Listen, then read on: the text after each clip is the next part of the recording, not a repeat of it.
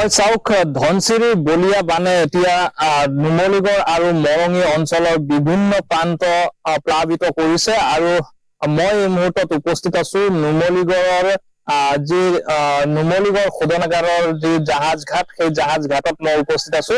মোৰ সতীৰ্থত যিটোৱে দেখুৱাইছে সামগ্ৰিক পৰিৱেশ আচলতে চৌদিশে পানীয়ে পানী নদী আৰু যি নৈৰ কাষৰীয়া অঞ্চল এতিয়া চিনি পোৱা কঠিন হৈ পৰিছে। মোৰ সতীৰ্থই দেখুৱাইছে আচলতে সেই যি বোট এখন আছে সেই বোটখনৰ ওচৰতে নুমলীগড় শোধনাগাৰলৈ বিভিন্ন ধৰণৰ যন্ত্ৰ পাতি জাহাজেৰে কঢ়িয়াই অনা হয় আৰু এই জাহাজ ঘাটতে প্ৰথমতে এই জাহাজসমূহ ইয়াত উঠোৱা হয় বামলৈ আৰু তাৰ পিছতে পথেৰে নুমলীগড় শোধনাগাৰলৈ নিয়া হয় সেই যন্ত্ৰ পাতিসমূহ।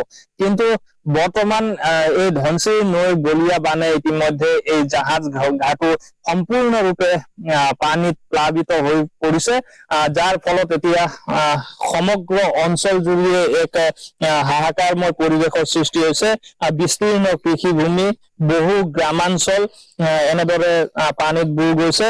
আমি আসাম টক্সৰ প্ৰতিগৰাকী দৰ্শকক পোনপটীয়াভাৱে সামগ্ৰিক দৃশ্যাৱলী আমি নুমলীগড়ৰ পৰা দেখুওৱাৰ যত্ন কৰি আহিছো। এই মুহূৰ্তত আমি উপস্থিত আছো নুমলীগড় শোধনাগাৰৰ যি জাহাজ ঘাট সেই জাহাজ ঘাটত আৰু ইয়াতে কৰ্মৰত APBNৰ জোৱান আছে। মই কথা পাতিব বিচাৰিম। দাদা আপোনাৰ ওচৰলৈ আহিছো যিহেতু আপোনালোক ইয়াত কৰ্মৰত আৰু দেখা গৈছে যে জাহাজ ঘাটো সম্পূৰ্ণ ধনচিৰি বাঢ়নী পানীয়ে বুৰাই পেলাইছে, কি কব? মই ক'বলৈ এইটোৱে বিচাৰিছো, মই আসাম টকলৈ মই ধন্যবাদ, অশেষ ধন্যবাদ। মই 31 APBNৰ আমি ইয়াতে বৰ্তমান ডিউটিত কৰি আছো। তাৰ মানে আমাৰ এতিয়া অসুবিধা হৈছে, মানে আমাৰ এতিয়া লেট্ৰিনত যাবলৈ অসুবিধা হৈছে আৰু কাৰেণ্টটো নাই। মানে কালি ৰাতি 12টাৰ পৰা কাৰেণ্ট নাই, এতিয়ালৈকে নাই। আৰু পানীটো আজি এসপ্তাহে তাৰমানে হ'ল আৰু কালি 3 দিনৰ আগৰ পৰা ইয়ালৈকে তাৰমানে আমাৰ যিটো চন্দ্ৰী পোষ্ট আছে তালৈকে মানে আহি আছে। পানী মানে বাঢ়ি আছে, মানে ইমান কমাও নাই, তাৰমানে একেটা লেভেলতে আছে, বাঢ়ি আছে।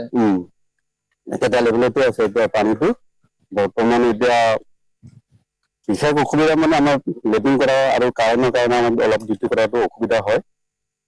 মানে মই আসাম টকলৈ ধন্যবাদ দিছো। হয়, নিশ্চয়কৈ আচলতে তেওঁলোকৰ যি সমস্যাখিনি উল্লেখ কৰিছে। আচলতে এইটো হৈছে নুমলীগড় শোধনাগাৰৰ জাহাজ ঘাট আৰু ধনচিৰি নৈৰ কাষৰীয়া এই জাহাজ ঘাটত এতিয়া সম্পূৰ্ণৰূপে পানীৰে এনেদৰে প্লাবিত কৰি তুলিছে। আৰু এটা কথা উল্লেখ কৰিব লাগিব যে নিপকুৰ যি দৈয়াং জলবিদ্যুৎ প্ৰকল্প সেই দৈয়াং জলবিদ্যুৎ প্ৰকল্পত নগালেণ্ডত অৱস্থিত দৈয়াং নৈ অৱস্থিত আৰু নগালেণ্ডত যিহেতু ধাৰাসাৰ বৰষুণৰ ফলত দৈয়াং জলবিদ্যুৎ প্ৰকল্পৰ যি নদী বান্ধ সেই নদী বান্ধত পানীৰ পৃষ্ঠ বৃদ্ধি পাইছিল।